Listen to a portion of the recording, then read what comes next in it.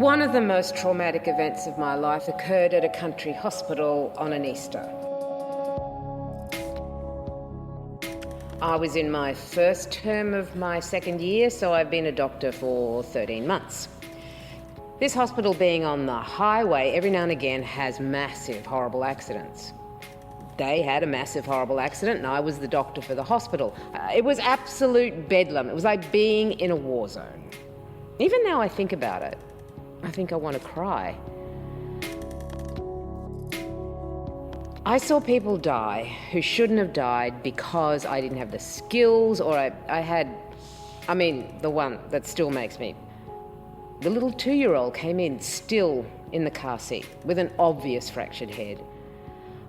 It was like being in a war zone. One of them had a hole in their lung, and the lung was basically compressed and they couldn't breathe. And I'm thinking, where is everybody? The specialists are still at home waiting for the second phone call, and of course I'm drowning in blood. I think looking back, I did the best job I possibly could, but I felt, of course, responsible. It was absolute hell. Amongst all of this, I never got relief. Literally, the whole of Easter. My body starts shutting down. I start throwing up. On the Tuesday, so medical admin opens up again. By this stage, I'm going, where is the other doctor? I'm ringing up and they go, oh, she's not coming back. I said to them, patients are at risk because I am just traumatised beyond belief. I haven't slept. I haven't eaten. I'm just not functioning, and you need to do something for the sake of the patients, not necessarily me. I got no support at all from that. The point of the story is then when you come back in again to apply for your job the next year, you come in for an interview, and there was a very intimidating long table with 5 very high-level doctors at the table. You're a little bit anxious when you're walking in that door. Before I even crossed to the table where the seat was, one of them said to me, so you're that whinger from the country hospital. Welcome to Pomegranate Health, a podcast for physicians of the RACP. You've just heard a scene from the play Grace Under Pressure, scripted word for word from interviews with doctors and nurses. The play originated from a series of workshops to help medical students deal with the stressors and relationships of the hospital environment. It's showing at the Seymour Centre in Sydney from the 25th of October as part of Mental Health Month, and in today's episode we're taking up this story as well. Just recently, the World Medical Association updated the Declaration of Geneva to include the clause, I will attend my own health, well-being and abilities in order to provide care of the highest standard. This is in recognition of the familiar and chilling figures about burnout, depression and suicide in the health workforce. The rates are typically twofold higher than they are in the general population, according to studies from New Zealand, Australia and around the world. The causes given for psychiatric distress are the gruelling hours, the unforgiving culture and the stigma associated with admitting to mental health issues. This episode examines how the system might be shaped to improve physician well-being. Dr. Hilton Koppe starts us off on the theme of perfectionism and the fear of making mistakes. So my name's Hilton Koppe. I'm a GP in Lennox Head in northern New South Wales and also have been involved in medical education. The focus of the teaching is to get a better understanding about what happens in the patient-doctor relationship, what it means to be a doctor or lifestyle choices. So if someone has a lot of themselves invested in their work and something doesn't go well or they perceive that they've made a mistake, then that is a personal identity issue or a personal crisis. So it's a wonderful career, but it's tainted a little bit by the pressure of caring for people in the medical sense that I really care for in a personal sense as well. Mm-hmm. You wrote an interesting piece for Australian Family Physician where you described moments of a sort of compassion fatigue that emerges sometimes, or a cone of silence that you might use to shield you emotionally from the trials of your patient. How did this affect your therapeutic relationship with the patient? I guess earlier on in my career, it was very difficult for me. And as time went on, I realised that if I took on everyone's problems as mine, then I would very soon be not very helpful to anyone, including to myself. So there's that idea of the cone of silence, which comes from Get Smart. The idea being that I can hear what they're saying and I get the sense of the emotion behind it, but I'm trying not to let that emotion enter into me. So the cone helps me to keep doing the work at an appropriate level. How do you train for it, though? It's very difficult, but it's necessary, I believe, to have regular reflective practice to review my own personal response to what's going on in my working life. It is demanding, and you're making continual decisions throughout the day that are important for that patient, and then the next patient, and then the next patient, and then the next patient. So it's not only the fear of making a mistake, it's a cumulative responsibility over time that weighs you down, and you eventually fill up your cup. Geoff Toogood is a cardiologist in Victoria's Mornington Peninsula. In 2013, he suffered a severe period of depression at the height of his career leading the cardiology department at Frankston Hospital. I think as you get more senior, you're less likely to tolerate failure in yourself, and also you often take on more administrative roles, which is very difficult in the modern sort of medical world now. Relationship with management and sort of administrative tasking is becoming more onerous and more, abrasive, I guess, in some ways. And then the perception from the community and the patients you see is a very high standard upon yourself. Because of the internet, patients are more engaged in their care, which is quite reasonable, of course, but there's a lot more scrutiny, I guess is the better word, of your practice. Some of it's appropriate, some of it's probably the wrong sort of scrutiny. And we doctors are very, they're great at criticising themselves.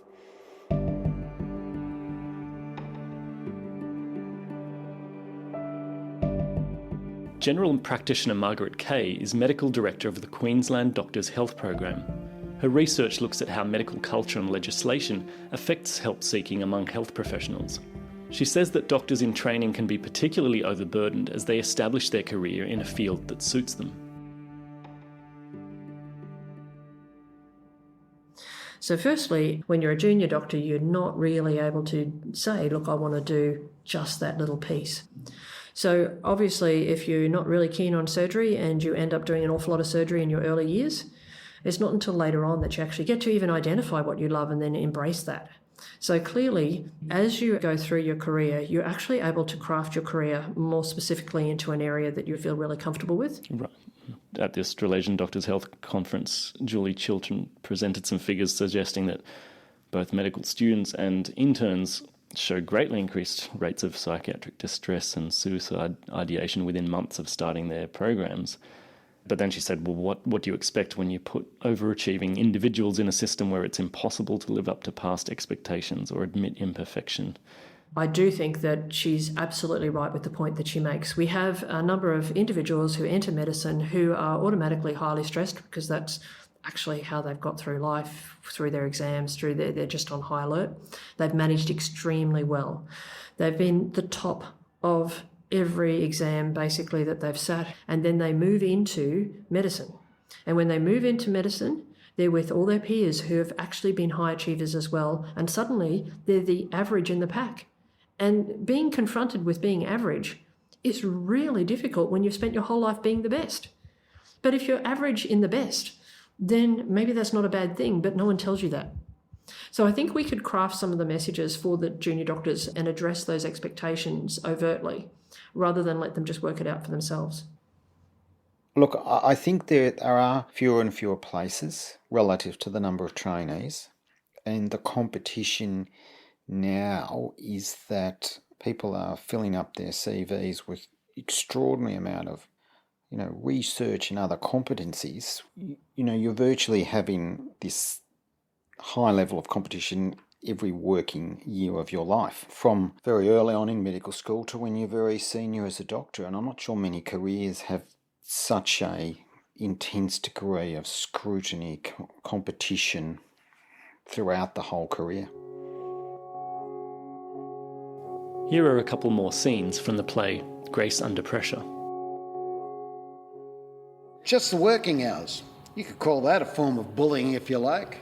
But when I was an intern at a hospital in 1980, we worked 80 hours the first week and 120 hours the second week. And I remember going to the CEO at the time and saying, look, we're doing an average of 100 hours a week. And we're being paid for 55. Surely we should be paid for more. And he said, oh, no. But, well, you're only doing so many hours because you're young and you're so slow. So we can only pay you for what you should be able to do in 55 hours, which was classical spin. Absolute nonsense. It's a shocker. It should be illegal. My dad he's a lawyer who works for mining companies, and he says in no other industry would that be allowed. Ever heard of a doctor's strike? It can't be done because the patients suffer, and doctors would prefer that their patients didn't suffer and that they suffered. And also, everybody's got in their mind that it's a temporary problem because once you finish training, you've only got to do this for 7 years. It's not forever. So you don't need to fight for your rights because it's going to end soon. But the hours are better now for doctors than they used to be. So there's this culture of, well, we did it, suck it up. It's not as bad as it used to be. We automatically come out with these statements and we don't realise the impact it has on that individual who was, for one moment, revelling in the fact that they were going to breathe for a day. And it's these sorts of things that need to be called for what they are. They're not evil in themselves, but the impact of them need to be understood. Yeah, you surveyed Queensland physicians and found that they worked on average 76 minutes overtime every day, but only 30% of all of those overtime hours were claimed back. Yes. What does that say about the culture that promotes this? Yes, I think you're looking at the AMAQ survey when you're doing that with the Council of Doctors in Training. Yes, yeah. Yes, so there are a lot of doctors who couldn't even articulate how many hours they've actually been at the hospital. They just know they kind of got there about 7 because that's when they usually get there, and they kind of left when they finished seeing their patients at 11 at night. And, they may have only been rostered 8 till 5 that day. The survey showed that overtime hours were higher amongst junior doctors, who often gave as an explanation for not claiming back the hours the concern that it would negatively impact on their supervisor's reference or the perception that it was all their own fault for being inefficient. Yes. And we don't even know how many times that perception is actually a real outcome, because I've had senior doctors absolutely shocked that someone who's under their care, under their supervision, would actually think that because they are more than willing to pay, they tell me. So somewhere in the system, we, again, need to understand why people feel like that, even if it's not real, or why people don't realise that it is real when they're in charge and they actually could do something about it, but they're not actually understanding that it's real, which is actually not just a complex, huge building or hospital and health service. It's actually even within the individual teams within the hospital, they're all different. It's how it feels to the junior doctor at that moment in time. It was awful in our days, and I don't see why they should put up with an awful workload. I think the burnout does occur because of the long hours, but the intensity as well. It's an intense workload. You kind of walk out at the end of the day and you wonder where the day's gone. You know what I mean? So you don't realise some of the decisions you're making through the day. Also, if you've had a sleepless night on call, you're still expected to turn back up at work, the next day. And that makes it very difficult because, when does a junior doctor or senior doctor actually do what they also need to do, which is be a person, which is what the patient wants to come and see. Someone that's in the community, with their family, doing normal things. People want a doctor that bleeds and hurts like everybody else. So the more stressed, the more burnt out doctors are, you're losing a little bit of humanness to your treatment. And I got some very good advice from one of the cardiologists I was working with as a resident at Hornsby Hospital. And he said to me, Hilton, when you start off in practice, start working the number of hours a week that you would like to work once you're well established. Don't start working every hour as possible and think that you'll be able to cut back down the track, because it's almost impossible to cut back.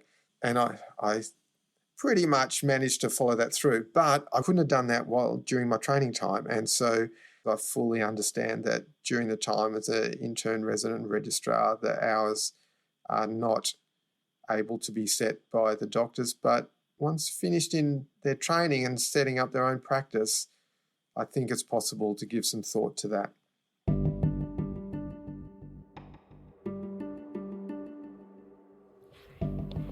So I was very mindful not to be mean to interns because I remembered what it felt like. If they got it completely wrong, I probably said, "Hey, I'm going to stop you there.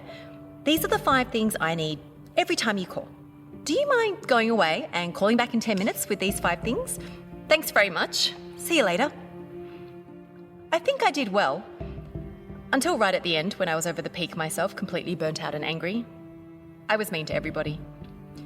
I was behaving in a way that I thought I never would. An intern would ring me, and it wasn't fast enough for me. It wasn't concise enough. I was busy. I was trying to do a very important conversation with a patient, and I would say, "Can you at least give me the correct name, for God's sake? Look, just call me back in 5 minutes," and I'd hang up. Belittling, I think, is the best word for it, and I knew where it had come from. I'd been belittled by a lot of people throughout my whole training, and so you pick up those behaviours. I'm Margaret Kay, and I'm the Medical Director for the Queensland Doctors Health Program. So there are times when people are actually using belittlement inappropriately when they're actually meaning to teach, because you have a whole group of doctors who are trained to be doctors, and very little of our doctors' training is actually teaching us to teach. And, you can be a very good doctor who's very good at doing an endoscopy, and you might actually end up then in a team where you're the senior person in that team. And your leadership skills may not necessarily be the leadership skills that actually enable you to communicate in a way that's actually gentle and dare I say, with compassion with the team that you're working with, even if you're good at communicating with your patients. So we have people who are in different roles with the wrong skills. And they're often actually given training from business organisations who don't understand the contextualisation of those skills into a medical team. So I think there's a lot that can be done with actually understanding the roles, even understanding what bullying is. A lot of doctors just haven't read that legislation. It was interesting, one of the women attending your workshop at the Doctors' Health Conference said that we consultants are also working long hours and skipping meals and stressed out. So if we're a bit curt when we hand over a patient, is that necessarily bullying? Or... Yes, of course. We can turn around and actually say something that's a bit curt. Of course, because we're human, because we've just actually been seeing something that's stressful, or we've told bad news to a patient, or for whatever reason. But being human is also about understanding how we are in the space with another human being. Once we actually realise that we're having a negative effect with our comments, we should actually reflect on how we said something and acknowledge that, oh, look, I think I sounded a bit sharp then. So if we show the leadership being kind, showing compassion to our staff, then that will set the leadership for the registrars to their juniors, for the juniors to the medical students that are coming through, and we will actually find that we have a change in the culture. Unfortunately, I think there is an ingrained culture in medicine, often of denigrating colleagues and particularly junior doctors, and that's humiliating. And that, it's not something said in the heat of a tricky situation. It's deliberate, and that's very destructive for a person. In my mid-40s to late 40s was when I had a first episode of severe depression and delay getting help for a variety of reasons, embarrassment and sort of how could I be a doctor and fall down and be severely depressed and everyone else is coping with what's going on. Around that time I was going through a divorce. I was also a little bit ill. Then I had significant workplace stress and issues and probably not getting the support I needed. You do boil a little slowly, so if someone took you and put you in that headspace suddenly, you would go and get help instantly. But because it's sort of slow, you think, oh look, I'll probably be alright if I just do this, but I sort of didn't share with anyone what was going on. I used the Beyond Blue website, which had a checklist about depression. There's like 15 points, of which I scored pretty much maximum on 14. And eventually I saw a local doctor, was started antidepressants, got counselling from a psychologist, and then I recovered pretty well to come back to work. The second time, when I was early 50s, I couldn't stop the free fall into severe depression. I was intensely suicidal, and what I learned between the first and second one is to have all these safety nets and things, and that probably saved my life. In Australia, national law obliges health practitioners to report peers whom they deem to have a health impairment that puts the public at substantial risk of harm. This so-called mandatory reporting law has been criticised as erecting a barrier to help seeking, and Western Australia has refused to implement it. This is supported by the 2013 Beyond Blue survey about the mental health of doctors. Over half of respondents said they'd be concerned about confidentiality during a consultation, and a third were worried that a mental health condition would affect their registration and career progression. Geoff Toogood is sympathetic to this view. I was fearful that someone would report me.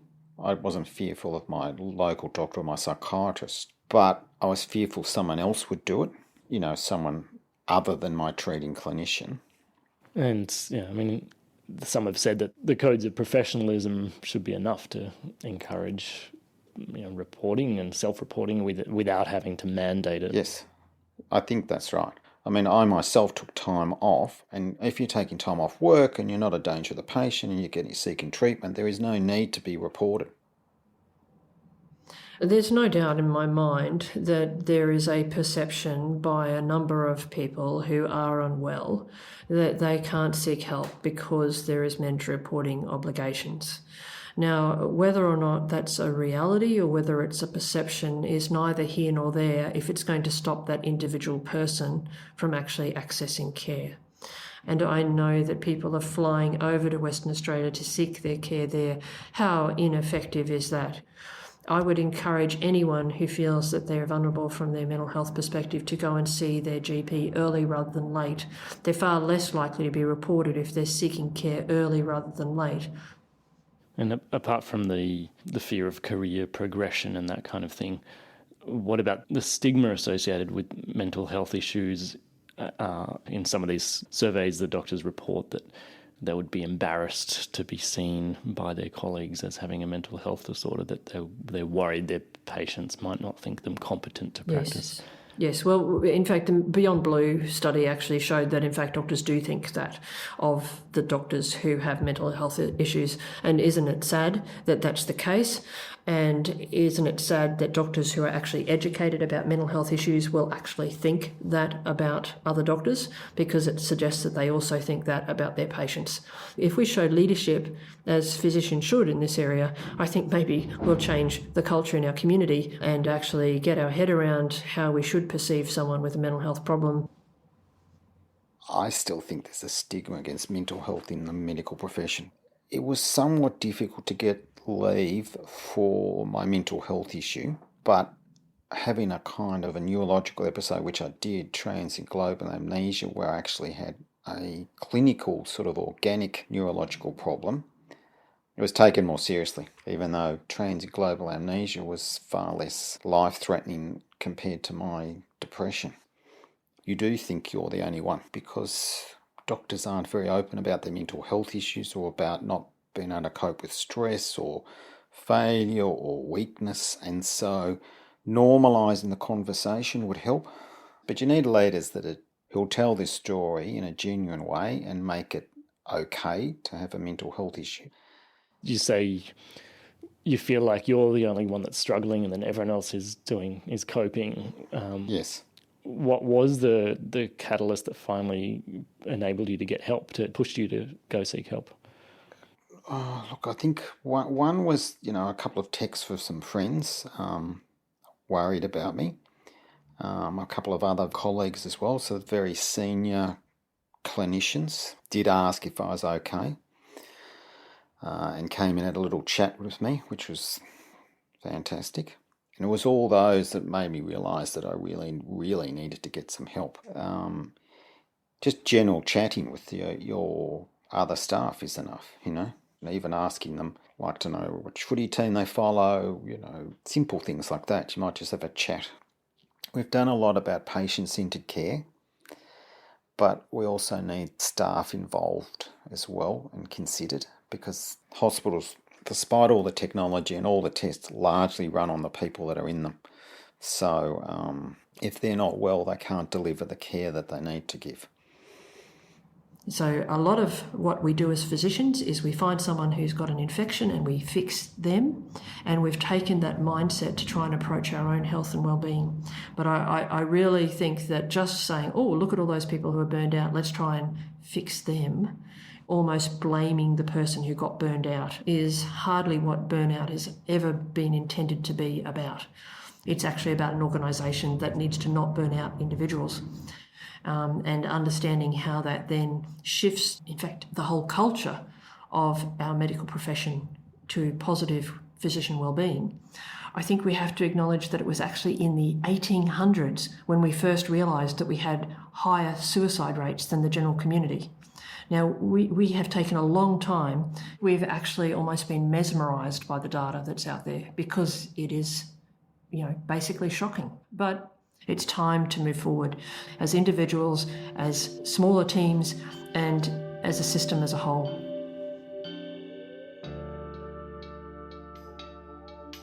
GP Hilton Coppy leaves us with an event that challenged his skills and his ego, but that inspired him to reframe how he dealt with the daily experiences of practice.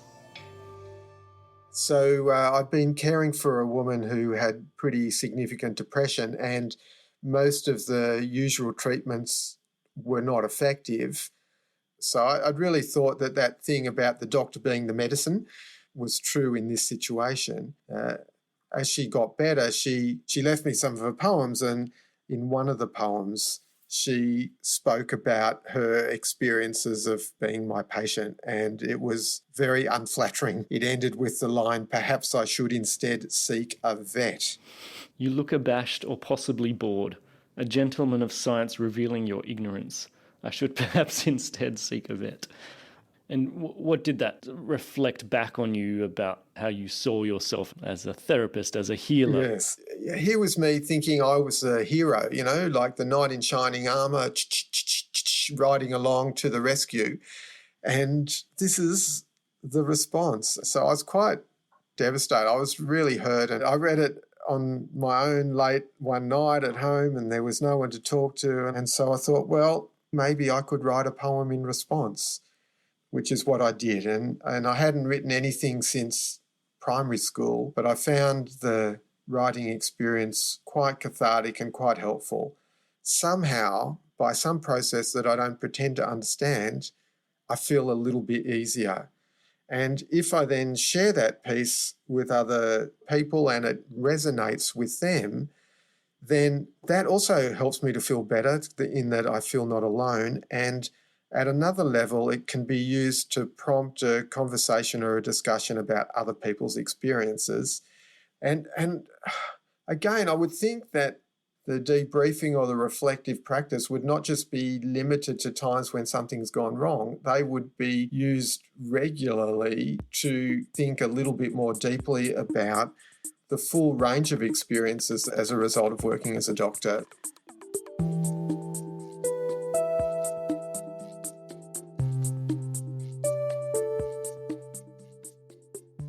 Many thanks to Geoff Toogood, Margaret Kay and Hilton Coppy for sharing their experiences and insights with Pomegranate Health.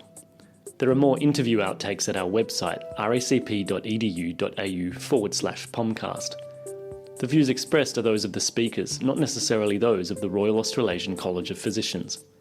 Thanks also to the cast of the play Grace Under Pressure, and especially director David Williams. It's a production well worth seeing. At our website is a list of other great podcasts on self-care, and wellbeing resources from Beyond Blue, JMO Health and the RACP. You'll also find the number in Australia and New Zealand of the college's 24-hour counselling service. But if you urgently need to speak to someone, don't hesitate to call Lifeline on 13 11 14.